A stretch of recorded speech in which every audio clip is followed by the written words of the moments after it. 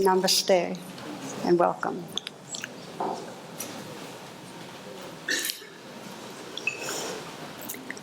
In this class and then 2 classes to follow, we're going to be exploring what you might consider as the intrinsic capacities we have that really allow for spiritual awakening and also for the healing of our earth. And I have organized these 3 talks around one of my favorite tales from the Upanishads, and I periodically revisit it, and I find that each time I do, I get new layers of appreciation for it. So we'll be exploring an ancient teaching story from India, and I'll read you a bit of the story, and then we'll look at these 3 capacities together. So the lead character is Nachiketa, and Nachiketa is the son of a rich merchant who also happens to be quite miserly. And his father was making donations to receive a gift from the gods, and the son noticed that the cows he was donating were the lame ones, and so that his father was really being sneaky. And he kind of challenged him publicly, and the father, in his sense of shame, basically said, I give you to Lord Yama, and Yama is death. So it's like basically he said, go to hell. Which Nachiketa took rather concretely, because what he did was he went off into the dense forest searching for death. And he sat and waited for death to appear when he found his spot. And he sat through pain and exhaustion and hunger and so on. And in that presence, he arrived in what's called the domain of Lord Yama. And he was greeted by Death's 3 assistants, who were pestilence, famine, and war. And they told him that death was out. He was collecting rent. So he waited patiently for 3 days, and when Yama arrived and he realized the boy's dedication, his sincerity, he offered him any 3 wishes that he wanted. He offered to give him 3 boons for his spiritual journey.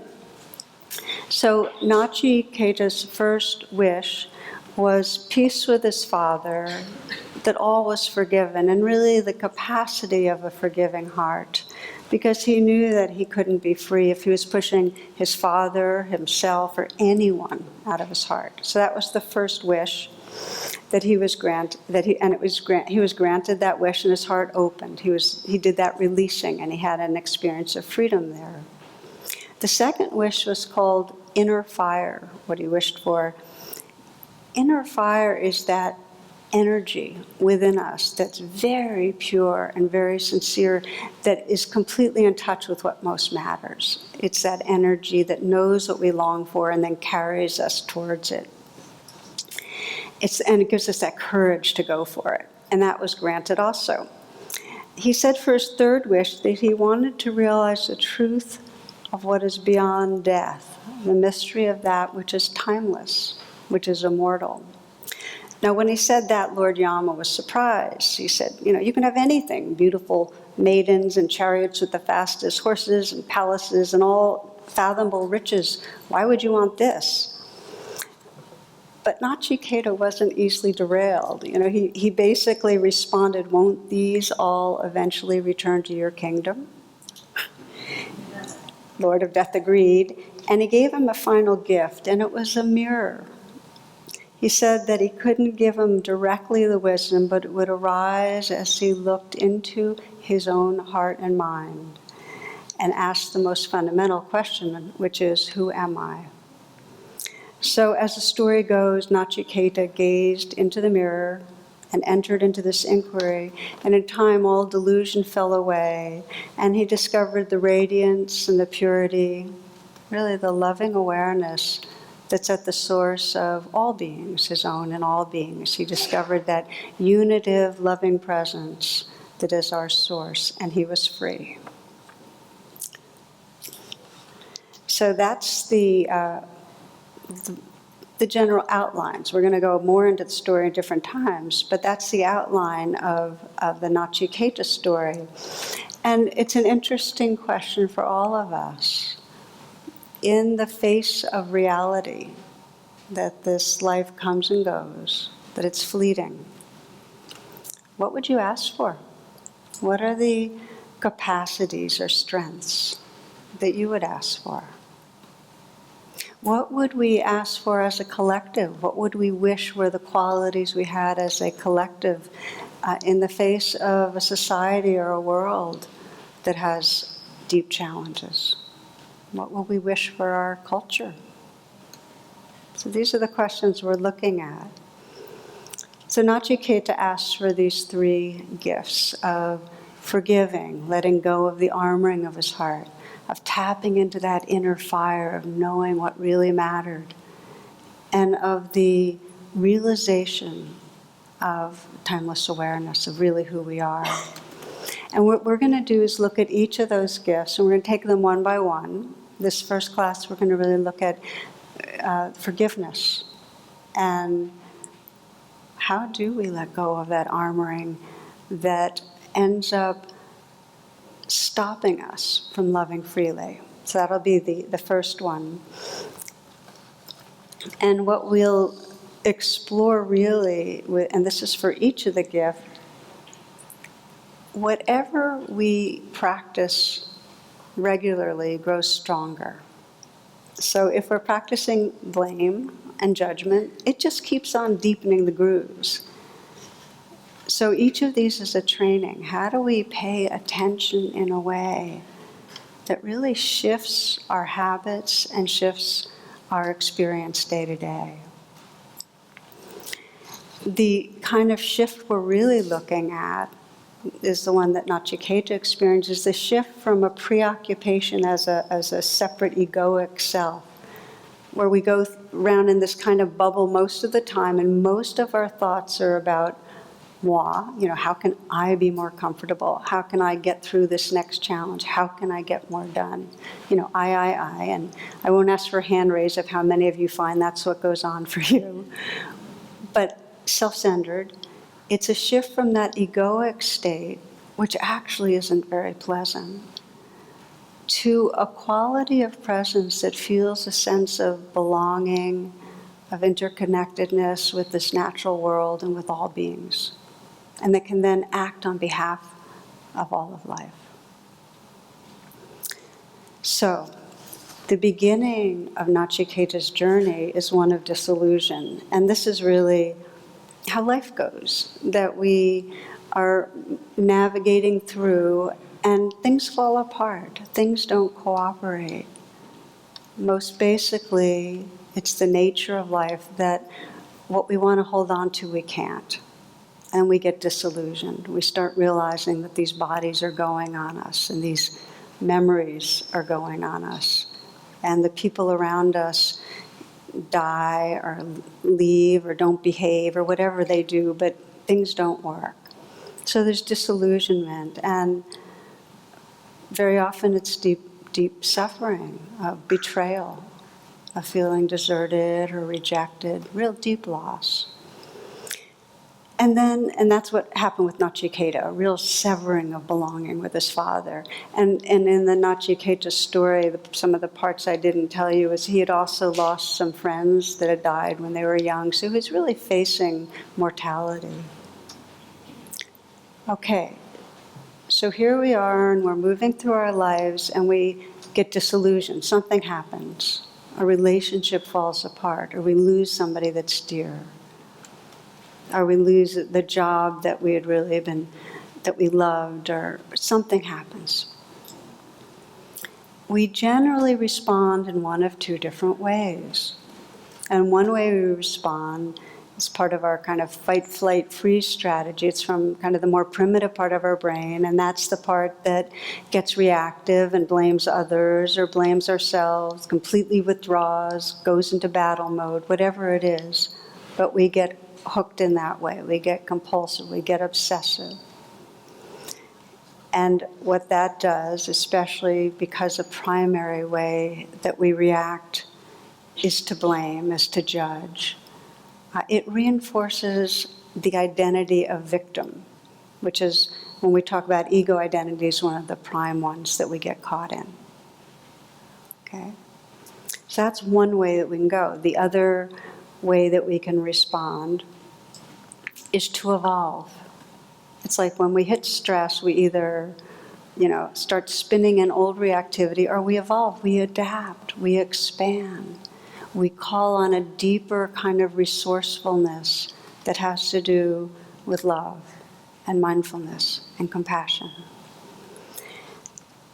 In some ways, if you think of evolutionary psychology, which I think is really useful, it's really the shift from fight, flight, freeze, which keeps reaffirming the ego, to attend and befriend, which is really what training and meditation does, which enlarges our sense of who we are. So for any of us, and I think it's so interesting to periodically scan through our lives and notice the seasons of our life when we really had those growth spurts where we ended up with a lot of insights, or something cracked open our heart and we really sensed another dimension of our being. For a lot of us, that happens exactly following or during those periods of disillusionment and loss. How many of you have noticed that, the hard times? Can I see by hands? I'm just curious. Yeah, okay. So stuff comes our way, and if we adapt, and I'll speak to that in a moment, there's change. Now, Mother Teresa writes this. She says, "I know God will not give me anything I can't handle. I just wish He didn't trust me so much." So we get stuff and it feels like too much. And that's our big fear, by the way, that around the corner something's going to be too much. And that's what we're all tensing against. It comes, and usually when things don't go our way, whether it's small things or big things, the very first reaction is from the primitive brain, the limbic system, fight, flight, freeze. It's faster than the more recently evolved part of the brain, the frontal cortex. It just happens, it kicks in. And there's some lag time. And then gradually we start getting that our reaction is causing suffering. It's causing suffering that we're blaming. It's causing suffering that we're contracting and being defensive. And when we start noticing that, there's a kind of wisdom that guides us to begin to adapt and get larger. It's possible that that lag time can be days or hours or decades. For some of us, we go through the patterns for quite a long time before we say, wait a minute, something's not working. It's possible through this training we're doing together of mindfulness and compassion not to lose decades. The training speeds it up in the sense of the lag time gets shorter. Does that make sense? That we start noticing quicker? Okay. So forgiving, the training in forgiving, is really training in letting go of our stories of blame. Forgive means to let go of the armoring that we're collecting around our hearts. That's stories of blame and resentment. And it's towards ourselves and others. Now, a lot of people I know have trouble with the word forgive. So as we reflect together, I invite you to replace it with compassion. If you don't want to think of it like I'm forgiving myself, I'm holding myself with compassion. Okay? Basically, it's engaging with an undefended heart. So we ask, and there's a question that is an integral part of the training in forgiveness, which is, how am I creating separation? Just to periodically ask that, how am I creating separation from my own self? How am I creating separation from others? Because if we ask ourselves, if we say, well, right this moment, how am I creating separation from myself, we'll start noticing that a lot of moments there's a background judgment. It's a judgment of how our bodies are. It's a judgment of the kind of mood we're having that we think we shouldn't be having, or the kind of thoughts we're having that we don't think are really good thoughts. or it's a judgment of how we're behaving or how we behaved yesterday. But they're very sticky. It's like Jules Pfeiffer put it. He said, I grew up to have my father's looks, my father's speech patterns, my father's posture, my father's way of walking, my father's opinions, and my mother's contempt for my father. So we have this undercurrent of something's wrong with me. So it's very powerful to ask that question, how am I creating separation from myself? What is the background thinking that's going on that in some way is creating tension in my body, in my heart? And in a similar way with each other, if we begin to look at our relationships and just ask, how am I creating separation here?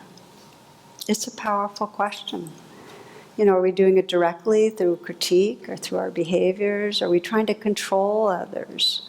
Many of you know that how often we're in some way doing something to have another behave the way we want. I've always liked the story of a little girl who watches her mother as she's cleaning and so on, and she notices that her mother has a white hair in the midst of her auburn hair, and so she asked inquisitively, how come some of your hairs are white? And her mother said, well, every time you do something wrong and make me cry or unhappy, one of my hairs turns white. So the little girl's thinking about this revelation for a while, and she said, how come all grandma's hairs are white? Control works sometimes. So often when we are talking about forgiveness and how we're behaving with others, we're talking about, you know, kind of the large betrayals. But I think it's really important when we ask the question of how are we creating separation. It's not always the major aversions. It's the kind of chronic judgments and resentments that we can carry. The way a partner's driving or not doing the dishes, or the way our child's relating to chores, or it's more of the little things that keep us from that wholeheartedness. And sometimes they build up till we lock into an idea about the other person, and we're not even aware that we've locked into something that's really stopped the flow of appreciation. Woman's husband been slipping in and out of a coma for several months. She's staying by his bedside every day. One day he comes to and he motions for her to come nearer, and he's whispering to her, eyes full of tears, you know what? You've been with me through all the bad times. When I got fired, you were there to support me. When my business failed, you were there. When I had that terrible car wreck, you were there. When we lost the house, you stayed right here. When my health started failing, you were still by my side. Do you know what? She says, what, dear? And she's asking gently. Her heart's beginning to fill with warmth. He says, I think you're bad luck. You know? I'm sorry, that's just a fun one. I just threw it in. But the teaching here is whatever we're practicing daily is what grows stronger. So if daily, in some way, there's a judgment and a resentment, that's the groove. And it strengthens the neural pathways that, if it's towards ourselves, lock us into the identity of a bad self or a victim, or it can lock someone into bad other. So let's pause. And let's just do a brief scan, if you will.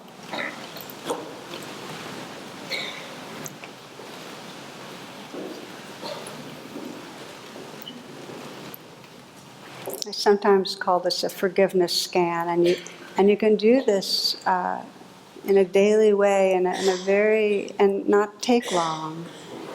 So you pause and take a moment to close your eyes and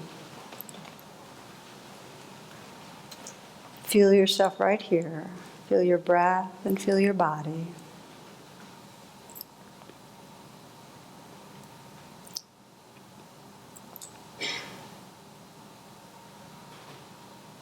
And you might begin by saying, well, how am I creating separation from myself? Is there some way that I'm down on myself or at war with myself.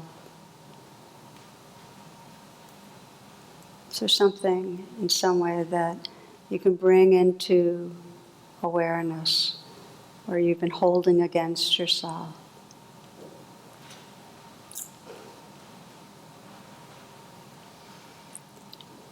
And sense the possibility with whatever you notice of having the intention to forgive it. Just let that intention be there. Sometimes I just say the words forgiven, forgiven. Or it's okay. It's if you just, a loving grandma that's putting your hand on your own cheek and saying, it's okay. Really, in the bigger picture, you don't need to be at war with yourself. It's okay. Forgiven, forgiven.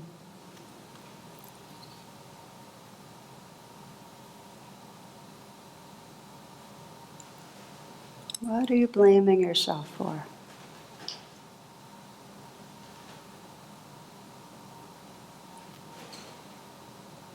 Just the intention to stop the war opens the door. Forgiven, forgiven.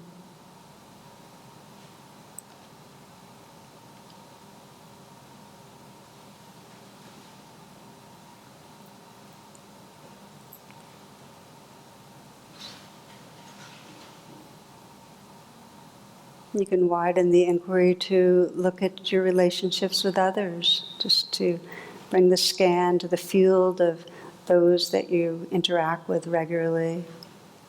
You might sense, is there anyone that you're aware of that you're creating some separation from? That your thoughts and behaviors are creating distance?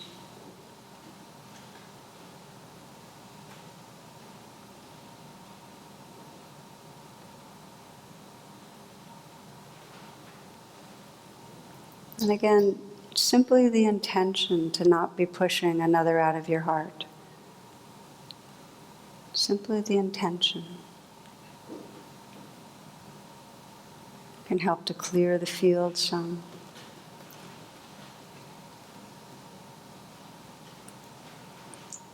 And if the armoring feels strong, then the awareness that it's there will serve you. The awareness that it's there, you don't have to change anything.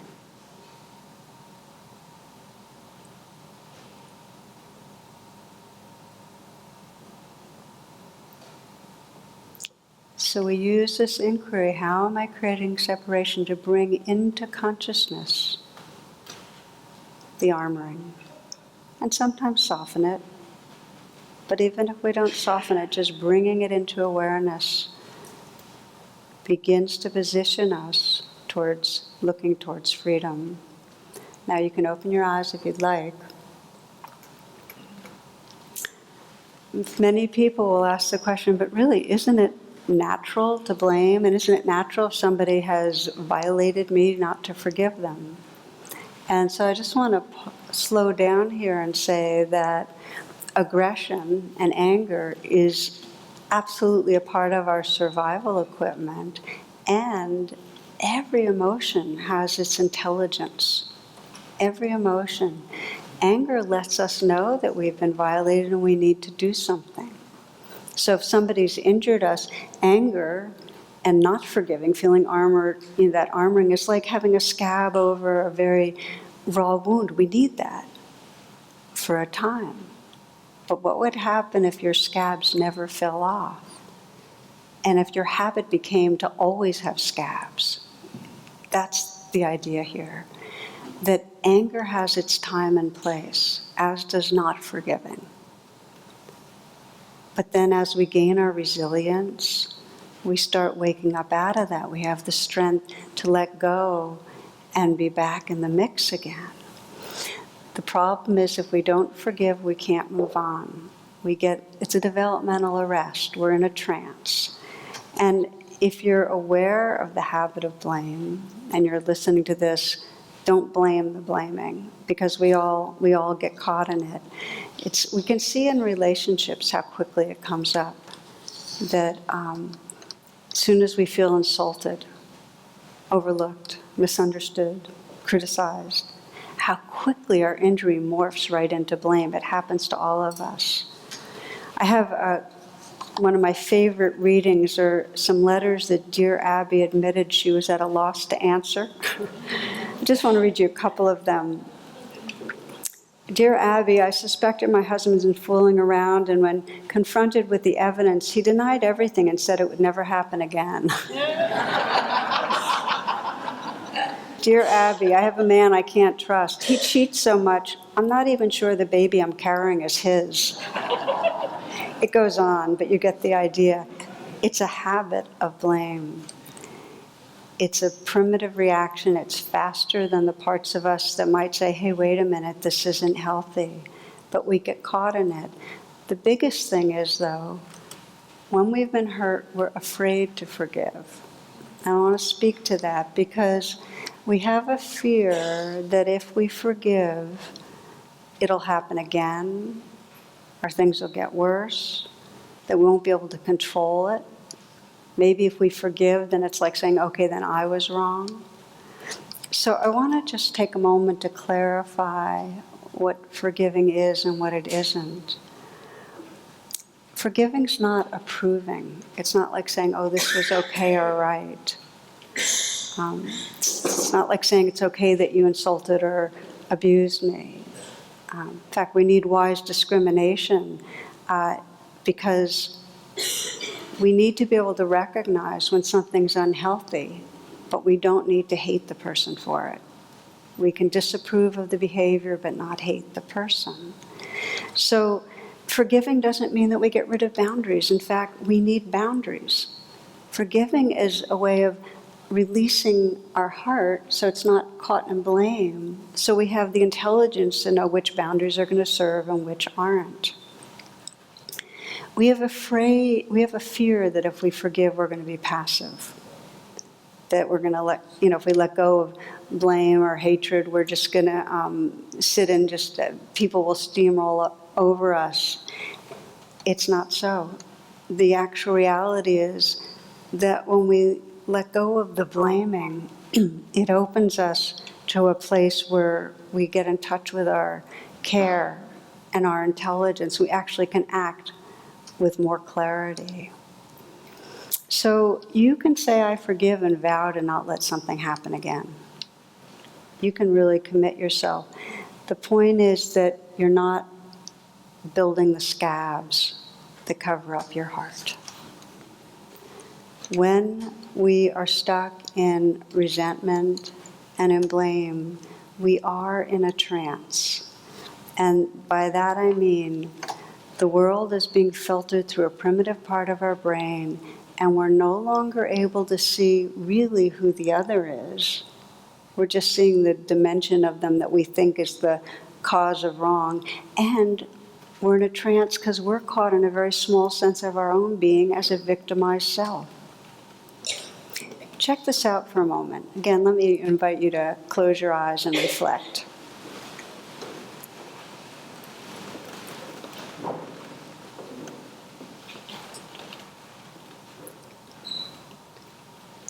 Consider someone in your close circle, someone's family or friend, somebody you have regular contact with,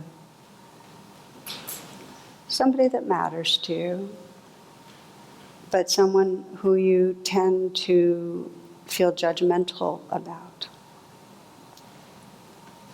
where you lock into feelings of blame.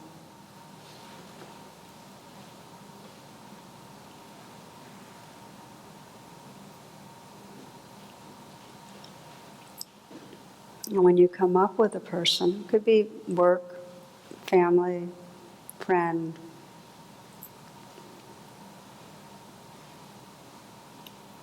when you come up with someone, go ahead and exaggerate a bit, but sense what it's like when you're really struck by something you're not liking about them and you're disapproving or feeling blame.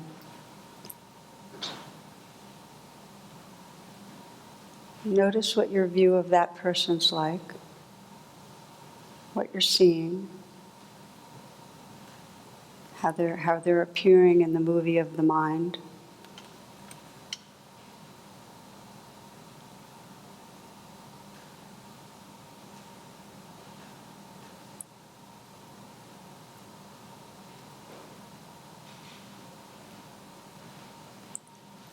And notice when you're fixating on their wrongness or badness, what's your experience of yourself? Are you the oppressed self, the victimized self, the righteous self, the outraged self, the wrong self? Do you like the self you are when you're judging?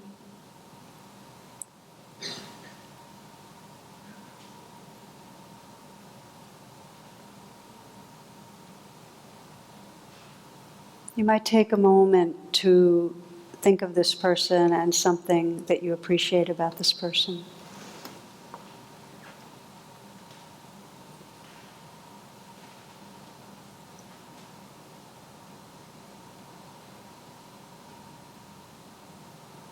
Notice what it's like to let a quality you appreciate and a quality that you don't appreciate both be there.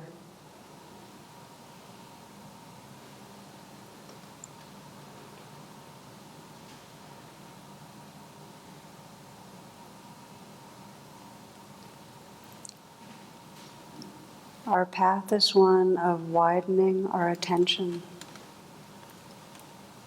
waking up from the trance that keeps us small and keeps others as unreal others. And what motivates us? What motivates us, like Nachiketa, to let go of blame? What motivates us to let go of resentment? For most people, we're really not motivated because it's work to do it. It's like we have to come right to our vulnerability. But what motivates us is really straightforward. We start getting that it's keeping us from love. You can open your eyes now. Blame and the habit of blame, judgment and the habit of judgment keeps us from experiencing our evolutionary potential to love without holding back. It says, Charlotte Joko Beck put it, she says, our failure to know joy is a direct reflection of our inability to forgive. There's some wisdom in us that knows that, and that's what makes it worth it to us to widen the lens and challenge ourselves if we're fixated on blaming someone. So let's take a look at the process of releasing the armor, because as you know, in these gatherings, we're going to do a little practice here at the end. And I'll give you an example of one man who, this is a bunch of years ago, 2 children, and his wife, he found out his wife had an affair, and it wasn't her first affair, so he was in a huge rage, and he came to me and said, I know it's a spiritual thing to forgive, but how do I do it? And so the first thing that I suggested is that he not try to forgive, that he be true to what was going on inside him. He was feeling horrendous anger. And to think we should forgive is betraying the intelligence of the emotions there. So I said, okay, feel what's here. So we let him, he got in touch with the anger, and he felt a sense of violation, and he knew he had to have distance from her. It informed him of what he needed, the kind of boundaries he needed in order to do some inner work, so he even knew what he wanted to do about the marriage, he had kids, the whole thing. So during the therapy process and during that time of distance, he let the anger, he practiced letting the anger, that energy, be as big as it needed to be. And he started practicing, and this is such a powerful practice with anger.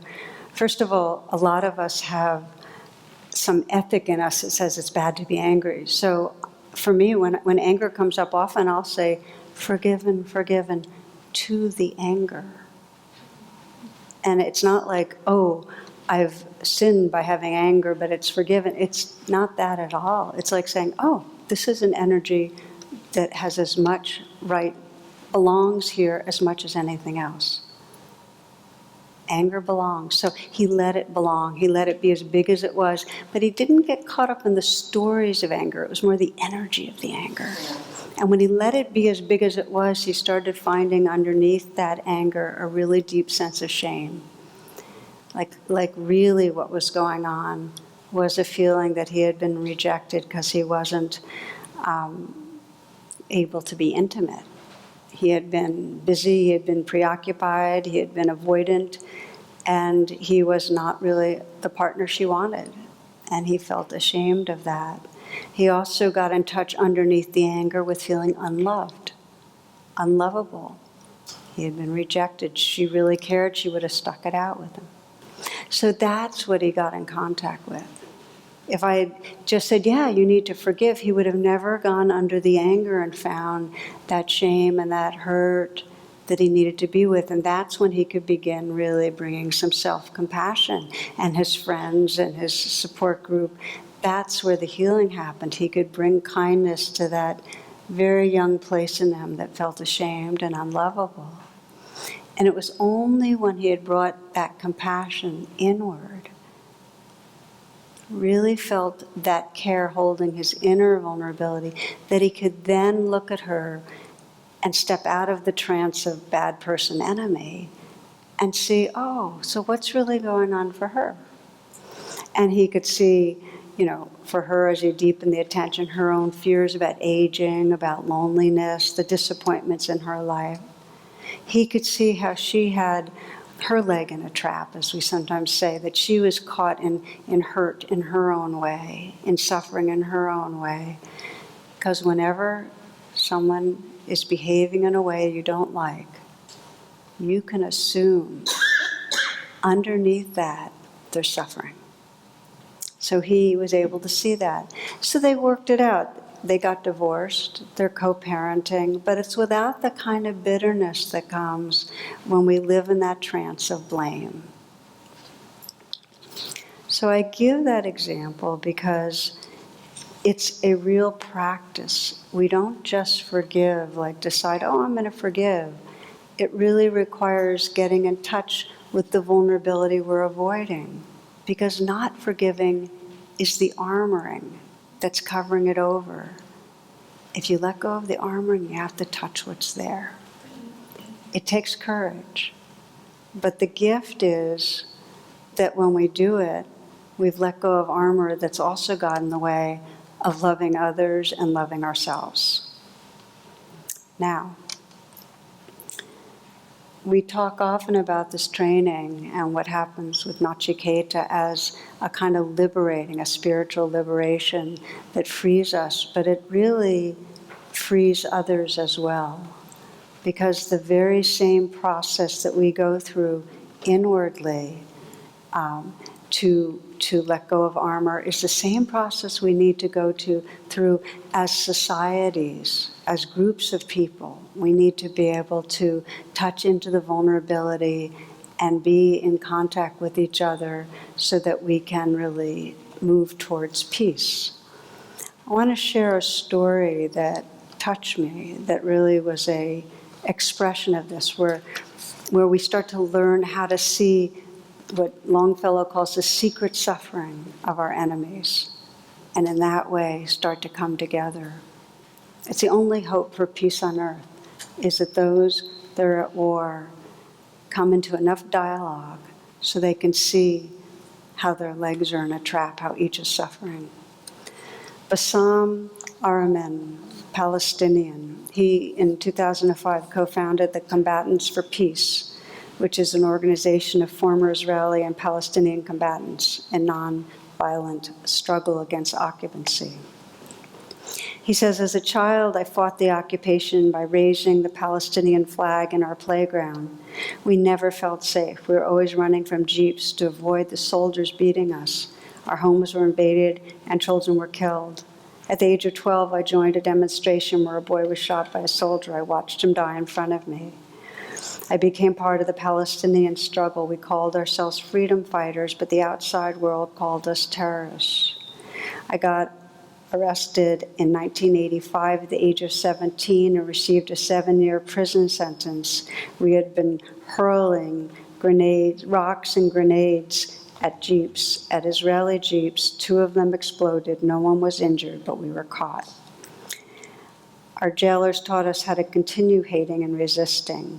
In October 1987, 120 of us, all teenage boys, were waiting to go into the dining room when the alarm suddenly went off. Over 100 armed soldiers then suddenly appeared and ordered us to strip naked. They beat us until we could hardly stand. I was held the longest and beaten the hardest. What struck me was that all the soldiers were smiling. They wore smiles on their faces. I remembered a movie I had seen the year before about the Holocaust. At the time, I'd been happy that Hitler had killed 6 million Jews. I remember wishing that he'd killed them all because I would then never have been sent to prison.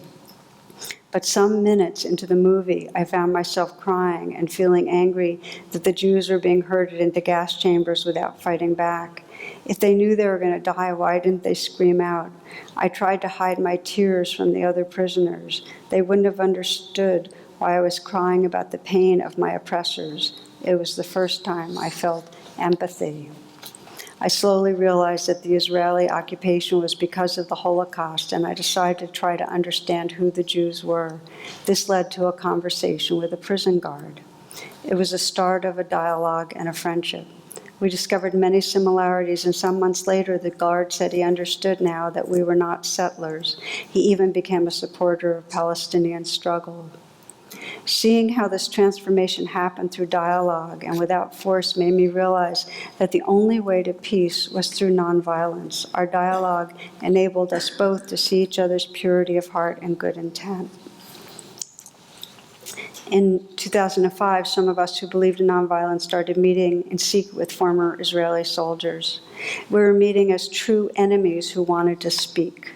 The Israelis were refusing to fight, not for the sake of Palestinian people, but for the sake of the morals of their society. We too were not acting to save Israeli lives, but to prevent our society from suffering more. It was only later that we both came to feel a responsibility for each other's people. I want to pause here because that's an important step. We start coming together, it's not because we're coming together feeling like, oh, we're long-lost souls, we're going to commune. We come together because some wisdom in us knows it's the only way to move towards healing, but we don't know exactly how it's going to happen. It's only in the togetherness that we start discovering who we really are. I'll keep going. 2007, my 10-year-old daughter, Abir, was shot and killed in cold blood by a member of the Israeli border police while standing outside her school with some classmates. There were no demonstrations, no violence. I've been appalled by the details of what happened, not least that she had just bought a candy at the store and hadn't had time to eat it. I believe in justice, and many hundreds of my Israeli brothers and Jewish brothers around the world support me. I want to bring this man to justice because he killed my 10-year-old daughter, not because he's an Israeli and I'm a Palestinian, but because my child was not a fighter, nor was she Fatah or Hamas member. Abir's murder, my daughter's murder, could have led me down the easy path of hatred and vengeance, but for me there was no return from dialogue and nonviolence. After all, it was one Israeli soldier who shot my daughter, but 100 former Israeli soldiers who built a garden in her name at the school where she was murdered.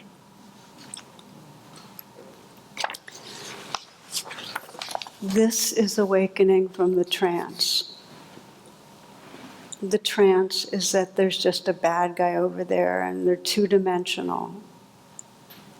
The awakening is they're humans, and there are humans all over, and there are many humans that want to build the garden. And it takes a process of letting go of the armor, to begin to find out who we all are. It's a process, and that is what Nachiketa knew. He knew that he couldn't continue on the spiritual path unless he let go of his armor. And this is something I feel that the wisest place in each of us knows, and it's a training. Forgiveness is a life path, really. And we have to do it over and over again because it keeps, the reactivity keeps coming up. It's a process that sometimes we need a therapist for because it can touch into real trauma. There are stages of it.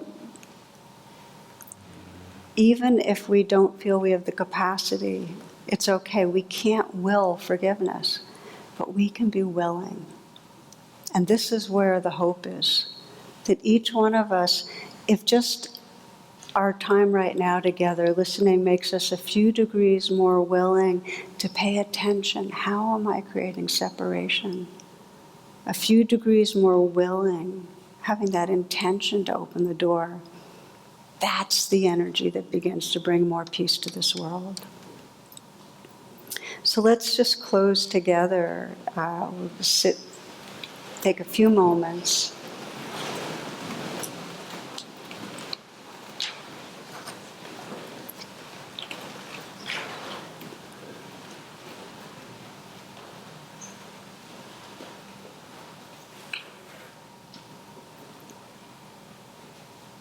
And as you let yourself arrive right here, as we did earlier, just asking that simple question, is there any way I'm creating separation from my own being right now? Is there any layer of judgment? Some way I'm not being forgiving to my own being?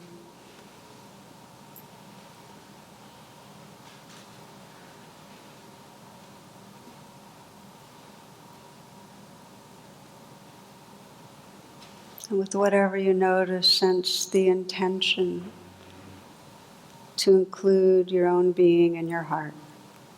Just the intention towards kindness, compassion, forgiveness.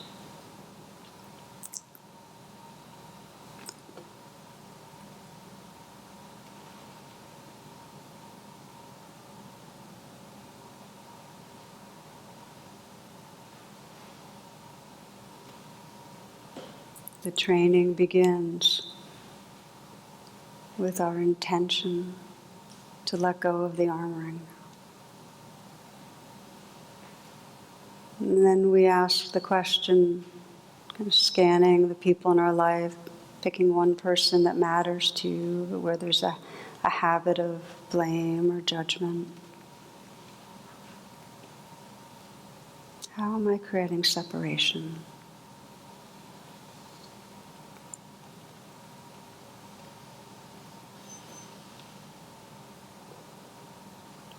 And without in any way compounding the blame, with self-blame, just again to feel the intention to soften. The intention to hold with kindness where you yourself are feeling vulnerable.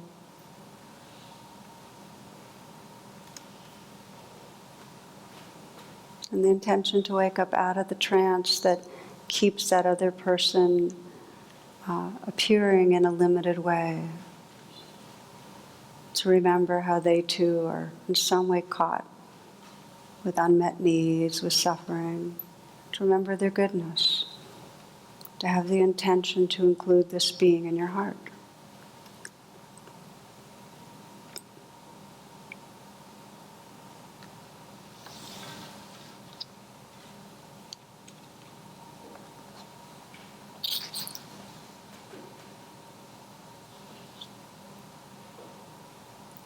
Rumi writes, be ground, be crumbled so wildflowers will come up where you are. You've been stony for too many years. Try something different. Surrender. Be ground, be crumbled so wildflowers will come up where you are. You've been stony for too many years. Try something different. Surrender.